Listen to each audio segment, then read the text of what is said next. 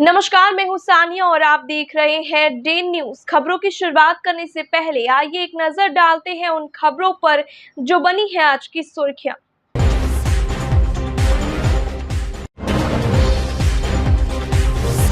पिछले कुछ दिनों की बारिश से खिले किसानों के चेहरे, खेतों में पड़ी दरार के बाद से थे निराश।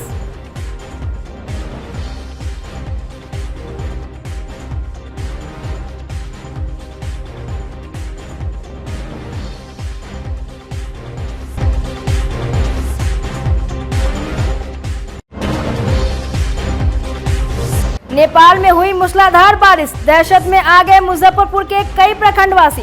बागमती नदी के जलस्तर में हो रही बढ़ोतरी से ऊंचे स्थान पर शरण लेने लगे हैं लोग।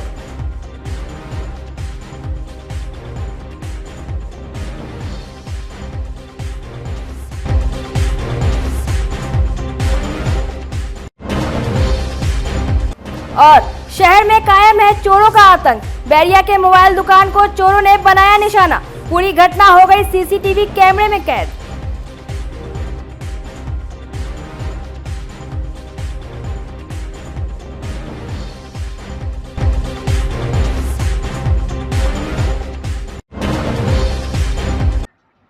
तो ये थी आज की सुर्खियां और अब खबरें विस्तार से।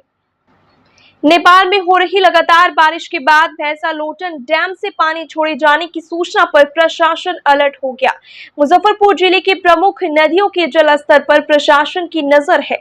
नदियों के किनारे वाले गांव के ग्रामीणों को सतर्क कर दिया गया है। नदियों का जलस्तर खतरे के निशान से ऊपर जाने की दशा में बचाव के इंतजाम भी किए गए हैं। मंगलवार को बागमती नदी के जलस्तर में थोड़ी बढ़ोतरी नजर आई। डीएम प्रणव कुमार ने बताया कि नेपाल से पानी छोड़ा गया है, नदियों के जल स्तर में बढ़ोतरी हो सकती है, इसे लेकर प्रशासन अलर्ट है। सभी तैयारियां पूरी की जा चुकी है। लेकिन ये एग्रीकल्चर के लिए ज़रूरी भी था और जो जल स्तर बढ़ रहा है उसको लेकर के हम लोग पूरी तरह से मुस्तैद हैं। सभी अंचल अधिकारियों को भी मुस्तैद रहने के निर्देशित किया गया, लेकिन अभी ऐसी कोई स्थिति नहीं है जो किसी तरह का अटेंशन की बात है, लेकिन हम लोग लगातार अटेंटिव मोड में। मंगलवार को समाहरणालय सभागार में आयोजित कृषि टास्क फोर्स की बैठक में डीएम प्रणव कुमार ने जिले में चल रहे विभागीय कार्यों की समीक्षा की।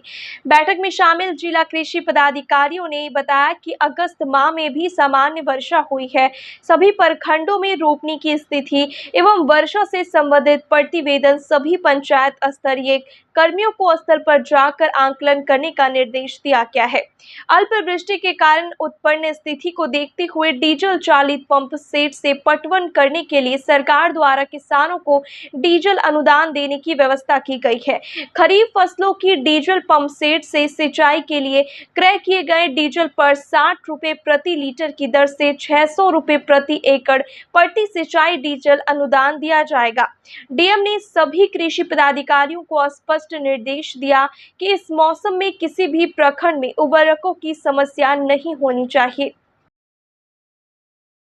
आज जिला कृषि टास्क फोर्स की बैठक की गई, जिसमें बेसिकली कृषि से रिलेटेड जितने भी डिपार्टमेंट्स होते हैं, सब्सिडी डिपार्टमेंट और कृषि डिपार्टमेंट, सभी डिपार्टमेंट के साथ रिव्यू किया गया और बेसिकली वर्षापात को लेकर समीक्षा की। बारिश पिछले 2 दिनों से अच्छी हो रही है, तो हम लोग उम्मीद करते हैं बिचड़े का आच्छादन काफ़ी बेहतर रहा और साथ ही साथ जो ट्रांसप्लांटेशन होना था, पौधारोपण भी हो गया है।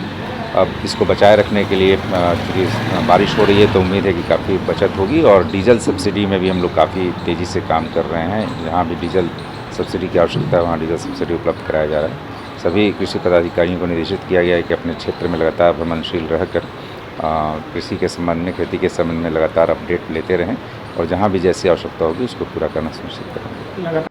मुजफ्फरपुर सहित उत्तर बिहार के कई जिलों में धान की रोपनी होने के बाद पर्याप्त बारिश नहीं होने से खेतों में दरारें आ गई थी। इससे फसल मुरझाने लगी और उसके ग्रोथ पर भी असर पड़ा। रविवार की दोपहर बाद से शुरू हुई रिमझिम बारिश से धान की फसल को जीवन दान मिल गया है। इससे किसानों ने राहत की सांस ली है। जिला कृषि पदाधिकारी का कहना है कि धान की रोपनी के बाद अभी तक तेज बारिश नहीं होने से फसलों को नुकसान होने लगा था। मौसम मेहरबान हुआ और क्षेत्र में रुक रुक कर रिमझिम बारिश हो रही है। इस बारिश से धान के खेत में पानी जमा हो गया है। इससे किसानों के चेहरे खिल गए। जिला कृषि पदाधिकारी ने बताया कि इस बार जिले में 90% धान की रोपनी हुई है, जो पिछले वर्ष से अधिक है। हमारा जिले का लक्ष्य 1,47,940 हेक्टेयर का है, जो पिछले वर्ष की अपेक्षा लक्ष्य पूर्ण रूप से 100% हो जाना चाहिए, लेकिन बारिश कम होने के कारण अभी 92% आच्छादन हुआ है। वो भी किसान अपने से पंपिंग सेट या विद्युत मोटर से पानी या सिंचाई कर अपना धान को बचाए हैं, पटवन किए हैं। तो इसी के सहयोग के लिए किसानों को सरकार के द्वारा डीजल अनुदान की सुविधा दी गई। इसमें भी काफ़ी आवेदन 29,000 आवेदन किसानों से प्राप्त हुआ है, जिसका कृषि समन्वयक स्तर से, एसओ के स्तर से, डीओ के स्तर से उसकी जांच कर आवेदन को अग्रसारण किया जा रहा है और डीओ के अग्रसारण के बाद किसान को सीधे डीबीटी के माध्यम से उसके खाते में पैसे भेजने का प्रावधान है। जाति आधारित गणना की सफलता को लेकर मंगलवार को मुजफ्फरपुर नगर भवन पहुंचे डीएम प्रणव कुमार ने अपर नगर आयुक्त हीरा कुमारी के साथ जाति आधारित गणना को लेकर चर्चा की और युद्ध स्तर पर इस कार्य का संपादन किए जाने को लेकर दिशा निर्देश दिया। अपर नगर आयुक्त हीरा कुमारी को सभी प्रकार का डाटा एंट्री समय कराने को निर्देशित करते हुए इस कार्य को वरीयता पूर्वक करने को कहा गया। अपर नगर आयुक्त ने कहा कि हाई कोर्ट का निर्देश आने के बाद समय से जाति गणना की रिपोर्ट सरकार को भेजी जानी है। बैठक में 125 परगणक अनुपस्थित रहे, जिन पर अब विभाग कार्रवाई होगी। नगर निगम में जाति जनगणना कराया जा रहा है, जिसमें 6 जोन में बांटा गया है। 3 जोन 1, 2 और 3 का नोडल पदाधिकारी के रूप में हमको प्रतिनिधित्व किया गया है। 1, 2, 3 जोन में जो परगणक हैं और जो पर्यवेक्षक हैं काम करके दिए हैं, उनका प्रतिवेदन निम्न प्रकार है। एक में 73 यूनिट था, इसमें 53 लोग आ गए हैं और जो नहीं आए हैं उनको कॉल किया जा रहा है। कब तक पूरा हो जाएगा? ये तो नेट का प्रॉब्लम नहीं रहता तो कल शाम तक पूरा कर लेना था। आज अगर नेट का सर्वर डाउन हो जा रहा है, 3 बार सर्वर डाउन हुआ है, जिससे काम नहीं लोग कर पाए हैं। अगर सर्वर का प्रॉब्लम समाप्त हो गया तो आज शाम से कल शाम तक समाप्त कर लिया जाएगा। अनुपस्थित रहने वाले पर कार्रवाई? हाँ, अनुपस्थित रहने वाले पर डीएम साहब को कार्रवाई के लिए लिखा जा रहा है। कितने ऐसे लोग हैं जो अनुपस्थित? उनका सूची तैयार किया गया है, जिसमें जोन 1, जोन 2 और जोन 3 में मिलाकर लमसम 125 है। बिहार का देवघर कहे जाने वाला गरीबनाथ मंदिर में सावन की 5वीं सोमवारी और पुरुषोत्तम मास की 3री सोमवारी पर बाबा गरीबनाथ का 51,000 रुद्राक्ष और नंदी महाराज का 21,000 रुद्राक्ष से महाश्रृंगार किया गया। इससे पहले मंदिर के प्रधान पुजारी विनय पाठक, बैजनाथ पाठक और अभिषेक पाठक ने वैदिक मंत्रोच्चारण के साथ बाबा गरीबनाथ का षोडशोपचार पूजन किया। दूध, दही, शहद, गंगा जल से बाबा को स्नान कराया गया। महाश्रृंगार के बाद संत अमरनाथ ने आरती की। इस दौरान पूरा मंदिर परिसर हर हर महादेव के उद्घोष से गुंजयमान रहा। मंदिर के पुजारी ने बताया कि दूसरी बार सोमवारी पर बाबा का रुद्राक्ष से श्रृंगार किया गया। इससे पूर्व पहली सोमवारी पर फलों से, दूसरी सोमवारी पर चावल से, तीसरी सोमवारी पर फलों से, चौथी सोमवारी पर गेहूं से और 5वीं सोमवारी पर रुद्राक्ष से श्रृंगार किया गया है।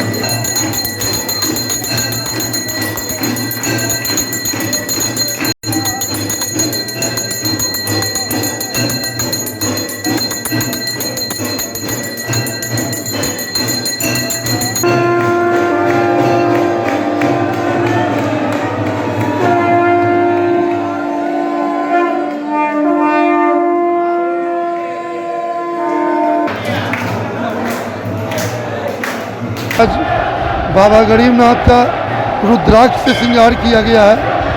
इनको आज महाकाल का रूप दिया गया है। पुरुषोत्तम मास भगवान विष्णु का महीना और शिव का महीना, ठीक है, दोनों मिला के ये पुरुषोत्तम मास हुआ। शिव का बहुत ही अच्छा दिन है, सोमवारी है, और बाबा का रुद्राक्ष से महाकाल का स्वरूप दिया गया है। इसमें बहुत सारे भक्त इसमें शामिल हुए।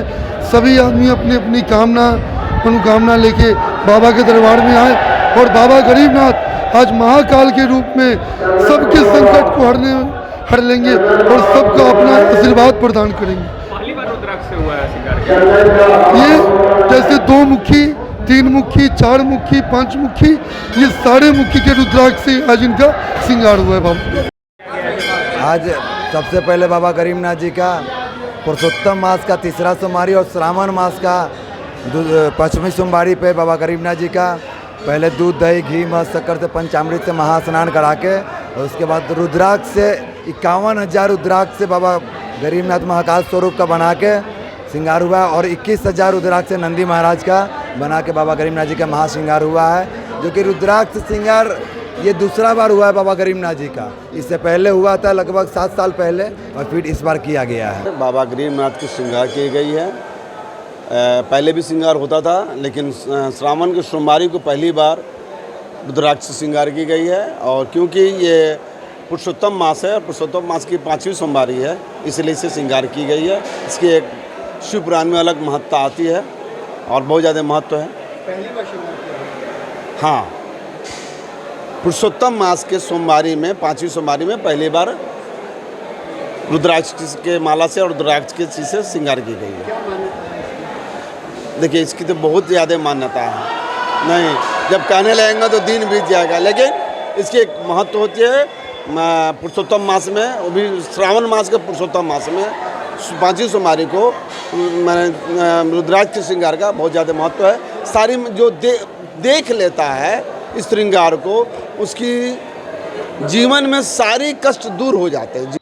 मुजफ्फरपुर के साहू पोखर महादेव मंदिर में सावन की 5वीं सोमवारी पर महादेव का हरी सब्जी से महाश्रृंगार किया गया।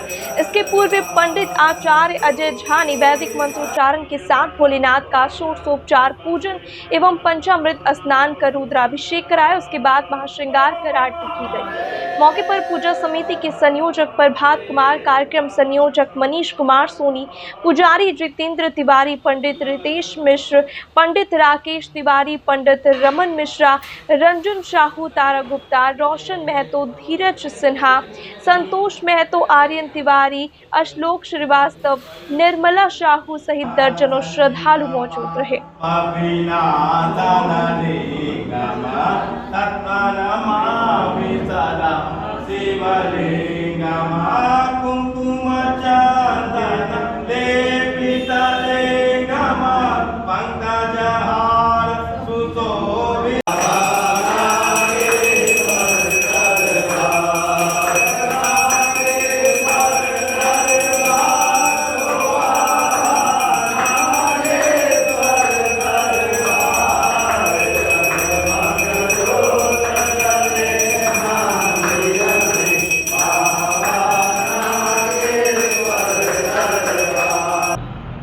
हर सावन मास के सोमवारी को साहू पोखर स्थित महादेव मंदिर में भोलेनाथ का महाश्रृंगार किया जाता है, जिसे लेकर आज सावन मास की 5वीं सोमवारी और पुरुषोत्तम मास की 3री सोमवारी पर बाबा साहू पोखर महादेव का विभिन्न प्रकार के हरे सब्जियों से महाश्रृंगार किया, जैसे परवल है, भिंडी है, चठैल है और कई प्रकार के सब्जियों से बाबा का मनमोहक श्रृंगार किया गया। उसके पूर्व पंचामृत स्नान कराकर रुद्राभिषेक कर बाबा का महाश्रृंगार कर आरती की गई और बाबा भोलेनाथ साहू पोखर महादेव से जगत कल्याण की कामना की गई कि आपका आशीर्वाद, आपका प्यार, आपका स्नेह हम सभी मुजफ्फरपुर वासियों के साथ साथ पूरे देशवासियों को बना रहे, इसकी कामना की। मुजफ्फरपुर में बेखौफ चोरों का आतंक कायम है। आए दिन किसी न किसी दुकान का ताला टूट रहा है। अहियापुर थाना क्षेत्र के पुरानी मोतिहारी रोड में बीती रात बेखौफ चोरों ने एक मोबाइल दुकान को निशाना बनाते हुए लाखों के मोबाइल सहित कीमती सामान चुराकर फरार हो गए। सारी घटना दुकान में लगे सीसीटीवी कैमरे में कैद हो गई है। देखिए, ऑटो से सवार होकर चोर दुकान पर पहुंचते हैं और दुकान का ताला काटते हुए दुकान में प्रवेश कर लाखों की चोरी कर फरार हो जाते हैं। इस मामले में दुकानदार का कहना है कि उनके दुकान में दूसरी बार घटना हुई है। पूर्व में हुई चोरी में पुलिस अभी तक कोई कार्रवाई नहीं की है। सर, मेरे साथ ये मिला के 2 बार मेरे साथ दुकान में घटना को अंजाम दिया गया है। दुकान में कल रात 12 साढ़े 12 बजे के करीब में दुकान का ताला तोड़ के और अंदर घुस के 3 से 4-5 लाख के आसपास की मेरी दुकान में चोरी हुई है। और ये मिला के 2 बार मेरे साथ ये घटना हो चुकी है। बार बार हमको टारगेट किया जा रहा है। इस पर थोड़ा एक्शन लिया जाए, देखा जाए। प्रशासन से क्या मांग करते हैं आप? अहियापुर थाना क्षेत्र में आपका दुकान है, इतने कम टाइम में 12 साढ़े 12 के आसपास में अगर दुकान में चोरी हो जाना, ये प्रशासन की लापरवाही है। मैं तो यही बोलूँगा, क्योंकि यहाँ प्रशासन रहते हुए भी, गोलंबर पे प्रशासन चौकीदार सब कोई रहते हुए भी ये बार बार होती है। ये घटना हर बार होती है। एक मेरे ही साथ नहीं, अगल बगल के भी साथ में होती रहती है चोरी। आपके सबका क्या? सदस्यता बहाल होने के बाद राहुल गांधी के एक बार फिर से संसद की बहस में भाग लेने के उत्साह में मुजफ्फरपुर के कांग्रेसी नेताओं ने एक दूसरे को मिठाई खिलाकर जश्न मनाया। जिला अध्यक्ष अरविंद कुमार मुकुल ने कहा कि राहुल गांधी की संसद में वापसी नफरत पर मोहब्बत की जीत है।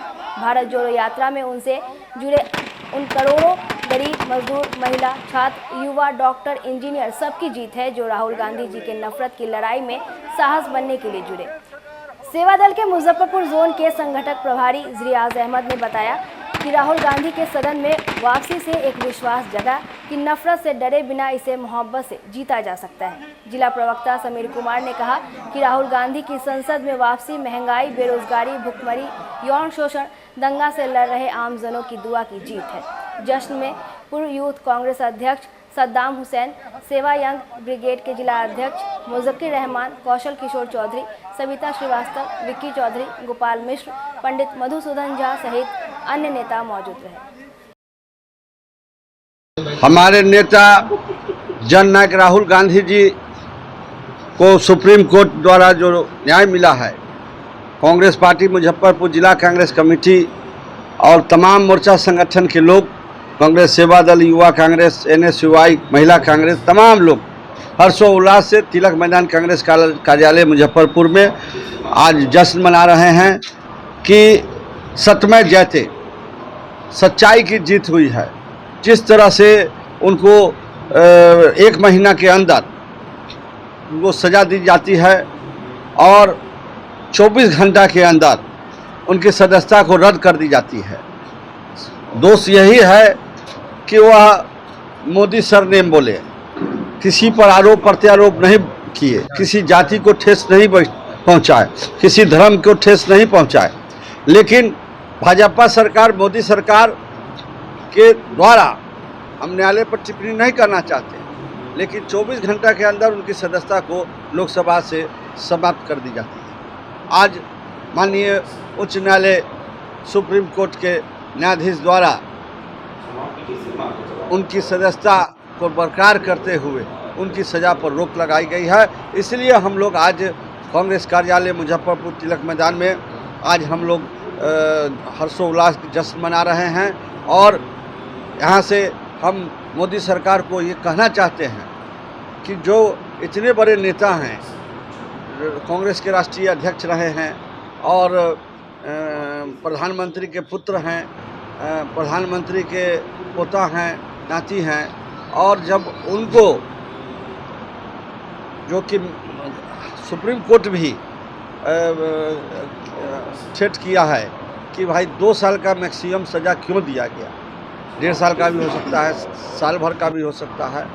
और वायनाड की जनता जो उनको भारी मोहब्बत से जिताई है, वहाँ के वो सांसद रहे हैं, तो कहीं ना कहीं दाल में काला है। इसलिए सज़ा पर रोक लगाई गई है और उनकी सदस्यता को पुनः बरकरार की गई है। इसके लिए मैं माननीय उच्च न्यायालय को, सुप्रीम कोर्ट को बधाई। मुजफ्फरपुर जिला कांग्रेस कार्यालय में मंगलवार को आयोजित समारोह में मुजफ्फरपुर जोन के नवनियुक्त कांग्रेस सेवा दल संगठक प्रभारी रियाज अहमद का जोरदार स्वागत किया गया। एडवोकेट रियाज अहमद ने बताया कि मुजफ्फरपुर जोन में तिरहुत, दरभंगा और सारण प्रमंडल को एक साथ रखा गया है। उन्होंने कहा कि कांग्रेस सेवा दल के कार्यकर्ताओं के माध्यम से आम नागरिकों में जमीनी स्तर पर जुड़कर उनकी समस्याओं के निराकरण के लिए संघर्ष करना है। कार्यक्रम में कांग्रेस जिला अध्यक्ष अरविंद कुमार मुकुल, पूर्व यूथ कांग्रेस अध्यक्ष सद्दाम हुसैन, सेवा दल यंग ब्रिगेड के जिला अध्यक्ष मुजक्किर रहमान, कौशल किशोर चौधरी, सविता श्रीवास्तव, विक्की चौधरी, गोपाल मिश्र, पंडित मधुसूदन झा, मिथिलेश कुमार, मोहम्मद आमिर, चंद्रशेखर सिंह, मोहम्मद सैफ सहित अन्य नेता शामिल रहे। जी, बहुत ही गर्व की बात है कि इतनी पुरानी पार्टी और इसके सबसे पुराना जो फ्रंटरेल ऑर्गेनाइजेशन है कांग्रेस सेवा दल, उसका मुझे जोनल का प्रभार दिया गया है और हमारे क्रांतिकारी अध्यक्ष अरविंद कुमार मुकुल जी के सहयोग से इसको सेवा दल के कैडर को बूथ स्तर पर बनाने का प्रयास करेंगे और संगठन को मजबूती देने के लिए जो भरसक प्रयास होगा वो हम लोगों की तरफ से किया जाएगा। अखिल भारतीय कांग्रेस सेवा दल और बिहार कांग्रेस सेवा दल के द्वारा मुजफ्फरपुर जोन के अध्यक्ष में रियाज अहमद जी को नियुक्ति की गई है, मनोनीत किया गया है। हम उनको बधाई देते हैं कि कांग्रेस सेवा दल को मजबूत करेंगे और इस मुजफ्फरपुर जोन में तिरहुत प्रमंडल, सारंग प्रमंडल और दरभंगा प्रमंडल, 3 प्रमंडल जो है इनके अंडर में है। मुजफ्फरपुर जोन से ये 3 प्रमंडल को संगठन को मजबूत करेंगे। काफ़ी जुझारू हैं, कांग्रेस में शुरू से लगे हुए हैं और कांग्रेस के प्रति समर्पित हैं। इसी इनके मेहनत को देखते हुए कांग्रेस सेवा दल इनको मुजफ्फरपुर जोन का अध्यक्ष बनाया गया है और हम आशा ही नहीं करते हैं, पूरा विश्वास करते हैं कि पार्टी को मजबूत करेंगे कांग्रेस सेवा दल को और मल्लिकार्जुन खड़गे जी को, राहुल गांधी जी को, प्रियंका गांधी जी को, कांग्रेस पार्टी को मजबूत करेंगे। सीए फाउंडेशन का रिजल्ट घोषित कर दिया गया है। इसमें मुजफ्फरपुर के मिठनपुरा स्थित आरसीसीए के छात्र आसिफ इकबाल ने 225 अंक लाकर जिले का नाम रोशन किया है। इससे पहले मई 2023 में आरसीसीए से 12वीं भी 91% अंक से उसने पास किया था और 12वीं के साथ सीए फाउंडेशन पास करके संस्था के साथ साथ जिले का नाम रोशन किया है। कहा जाता है कि मेहनत के आगे कुछ भी असंभव नहीं है। साथ ही संस्था से सीए फाउंडेशन कर चुकी छात्रा रिमझिम ने 225 अंक लाकर अपने गृह जिला वैशाली का नाम रोशन किया है। इस अवसर पर संस्था के निदेशक राकेश सिंह ने सभी छात्र छात्राओं को बधाई देते हुए उज्जवल भविष्य की कामना की है। Hello everyone, this is Asif Iqbal. Right now I'm a student of RCC Institute, Rakesh Conceptual Commerce Academy, and right now I am here because I have cracked CA Foundation exam. I'm very thankful to all my teachers, especially Rakesh sir, who gave me an opportunity of giving exam while appearing in the 12th examination. So if I talk about my journey, then it started from here, from class 11. In class 11, I used to see that so many of us were enjoying that time, but I took Rakesh sir word very seriously and started studying hard from that time. In 11th, I got my base in accounts especially, and all because of Rakesh sir. And then after I got my BST also good, and then after I just continued working hard in every subject. And most of the time I used to self-study as well. And then after in class 12th, I got a new teacher called Avnish sir, who taught me economics very well. Because of him, my macroeconomics is very, very good.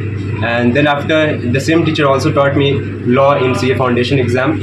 So if I talk about why I started studying for CA Foundation while appearing in class 12, it is also because of my teachers who gave me an opportunity and who just patted my back that I have to do while studying class 12. And then after I tried, I was just thinking that even if I couldn't clear this time, then I still have time because so many of us are going to appear in November exam. So I just gave myself a try, and in first time I just cracked it. And I'm very thankful to my family who also supported me. Didn't give me much work, because of that I could study. In CA Foundation exam there are 4 papers, as all of us know. The first one is accounts, and I have already told I have very strong base in accounts, so I got a decent mark in that. The second paper is law, and as I told, Avnish sir just studied me, taught me very well in law. And then after I have my math, and as you know, math, so many of us are not good at maths, but still I scored 41, all of because of Naveen sir, who just helped me so much in, especially in reasoning. And then after I have economics, still taught by Avnish sir. So thank you so much all my teachers and my family and my friends who always supported me. Thank you so much everyone. जो student तैयारी करना चाहते हैं इस course का, उसके लिए क्या संदेश देना चाहते हैं? To everyone who want to prepare for CA Foundation exam, I will clearly say that you have to make your base in every subject, starting from class 11th. आप क्लास 11th से अगर अच्छा रखोगे अपने बेस को, तो वो बहुत ज़्यादा हेल्प करता है. बिकॉज होता क्या है कि कॉमर्स एक नया सब्जेक्ट है. When we get into it, हम लोग थोड़ा मस्ती करने का सोचते हैं, but you can enjoy as well, but you have to make your base in every subject starting from class 11th. Class 11th को अच्छा करो, class 12th को अच्छा करो, and I think you can clear it while appearing in the foundation exam. कहाँ से प्रेरणा मिली यहाँ admission लेने का? Actually my sister has studied from right here. मेरी बहन पढ़ चुकी है यहाँ से, and she just suggested me to get my admission here, and then after my family also supported me. दिनांक 7 अगस्त 2023 को सीए फाउंडेशन का रिजल्ट डिक्लेयर किया गया, जिसमें मुजफ्फरपुर के मदनानी गली में स्थित आरसीसीए कॉमर्स इंस्टीट्यूट ने फिर एक बार साबित कर दिया कि मुजफ्फरपुर जैसे छोटे शहर से भी बड़ी आसानी से सीए जैसे कोर्स की तैयारी की जा सकती है. हमारे यहाँ सीए, सीएमए, सीएस सभी की फेस टू फेस क्लासेस दी जाती है, और इसके लिए सभी टीचर एक्सपर्ट और वेल एक्सपीरियंस्ड है. जो स्टूडेंट हमारे यहाँ से रिजल्ट में पास आउट हुए हैं, वो सभी 12th अपियरिंग बच्चे थे, जिन्होंने 11th 12th की पढ़ाई यहीं से कॉमर्स में की, और 12th के रिजल्ट आने से पहले ही सीए फाउंडेशन का एग्ज़ाम दे दिए, और उन्होंने ये साबित कर दिया कि बिना 12th पास किए भी सीए जैसे कठिन कंपटीशन को फेस किया जा सकता है, और फेस ही नहीं, बड़ी आसानी से पास भी किया जा सकता है. और ये कारनामा इससे पहले प्रिंस कुमार सिंह और इस बार मोहम्मद आसिफ इकबाल ने साबित कर दिया कि शहर छोटा से मैटर नहीं करता, मैटर करता है जज्बे और हौसले से. और इन्होंने ये साबित किया कि हाँ, अगर अपॉर्चुनिटी और सही डायरेक्शन मिले तो बच्चे छोटे जगह से रह कर के भी बड़े बड़े कारनामे कर सकते हैं. ये इंस्टीट्यूट काफ़ी पुराना है, और बोर्ड में ये हमेशा टॉपर देते आया है. 5-7 बार इन्होंने पटना, यहाँ के बच्चे पटना बोर्ड में जाके इंटरव्यू दिए हैं. 11th 12th और कॉमर्स के लेवल में सारी पढ़ाई यहाँ फेस टू फेस होती है, और जो भी बच्चे आते हैं, हर बच्चे को यहाँ परिवार के सदस्य की तरह देखा जाता है. हमारे टीम में जितने भी सर हैं, अवनीश सर, नवीन सर, और इसके साथ बेलाल सर, जिन्होंने इन बच्चे पर मेहनत किए, और सभी ने जी-तोड़ मेहनत किए, और बच्चे ने भी निराश नहीं किया, और इन्होंने बहुत अच्छा किया. लेकिन आप जानते हैं कि हर रिजल्ट के साथ बहुत कुछ ऐसा होता है जो यादगार बन जाता है. ये भी रिजल्ट हम लोगों के जीवन में बहुत यादगार हो गया, क्योंकि कुछ ऐसी केसेस होती है जो कि चर्चा का विषय बन जाता है. और हम यही कहना चाहते हैं मुजफ्फरपुर शहर वासियों से कि अब आप चिंता न करें. आपके शहर में, आपके मिठनपुरा में, मदनानी गली में जो आरसीसी इंस्टीट्यूट स्थिर है, वो किसी भी लेवल के कंपटीशन जो कॉमर्स के सेक्टर में होते हैं, उनके लिए फुल्ली तरह से तैयार है, और बड़ी आसानी से बच्चे को फेस करवा के क्वालिफाई करवा सकता है, क्योंकि इसमें 12 से 15 फैकल्टी का टीम है, और सभी लोग वेल क्वालिफाइड मेट्रो शहर से पढ़े हुए हैं. इसीलिए आपको कहीं से कभी भी परेशानी नहीं होगी. इसीलिए आप अपने बच्चे के लिए या बच्चे खुद के लिए परेशान न हो. ज़रूरी नहीं है कि आप दिल्ली, मुंबई या पुणे जा कर के पढ़ाई करें. आप मुजफ्फरपुर में रह कर के भी सीए, सीएमए, सीएस की पढ़ाई कर सकते हैं. सीए, सीएमए, सीएस की खास बात यह है कि इसमें साइंस, कॉमर्स और आर्ट्स तीनों स्टूडेंट के बच्चे पढ़ाई कर सकते हैं। और बहुत ऐसे बच्चे इस बार मेरे यहाँ एडमिशन लिए जो साइंस से ISC है और उसके बाद उन्होंने कॉमर्स में कन्वर्ट होकर के CA में CA करने का डिसीजन लिया और वो बहुत अच्छे कंडीशन में है। तो हम लोग ऐसा प्रयास करते हैं कि बच्चे को कहीं से परेशानी ना हो, क्योंकि हम लोग का मिशन ही है कि हर बच्चा 21 से 22 साल की एज में सेल्फ डिपेंड हो जाए। और इसी मिशन के तहत 12th अपियरिंग के साथ ही हम लोग CS, CMS, CS जैसे कंपटीशन का एग्ज़ाम दिलवाते हैं और बच्चे आसानी से सक्सेस करके हम लोगों का हौसला और बढ़ाते जा रहे हैं। आज की खबरों में बस इतना ही। कल फिर मिलेंगे कुछ नई खबरों के साथ। तब तक के लिए DN न्यूज़ परिवार को दीजिए इजाजत। नमस्कार।